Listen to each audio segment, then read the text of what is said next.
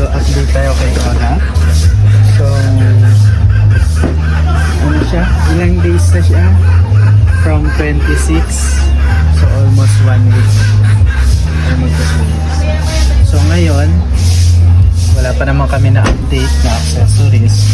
So tatanggalin na namin yung mga nakalagay na plastic kasi mabaho na.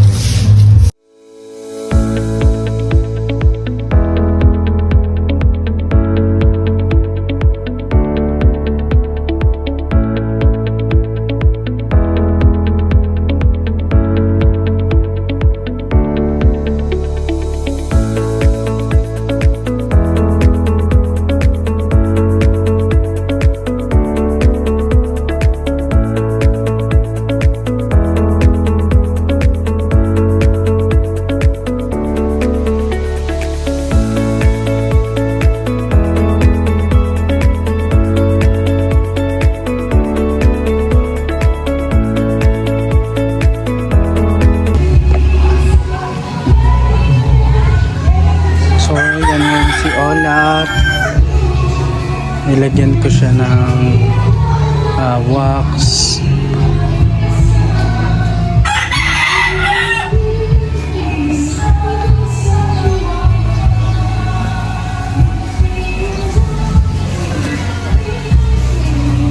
So ito yung nilagay natin sa kanya para ano na to, anti dust, tapos makintab na rin siya. So mabibili nyo lang yan sa Shopee. Then yung mga black fairings nya, armor wax lang. So okay naman, goods na rin. So ito rin yung nilalagay natin sa motor. So yung mga fairings nya na black, matte black, so yun nilagyan natin. So medyo challenge lang kasi dito sa place namin dahil may mga puno, yan, nalalaglagan ng mga daon-daon. So kaya to tinatakpan ko to pagka gabi.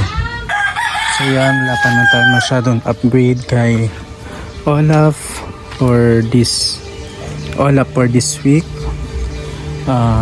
May mga binili tayong accessories pero baka this week pa dumating. So abangan nyo yung next video ko para makita nyo kung ano yung mga accessories na inilagay natin kay Olaf.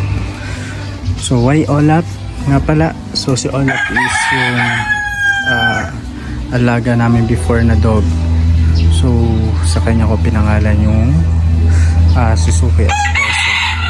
Then yung isa naming dog, pinangalan ko naman sa motor na si Whitey. So yan si Whitey. Yan, so nilinis ko na rin, baka magtampo. So yun lang guys, thank you for watching.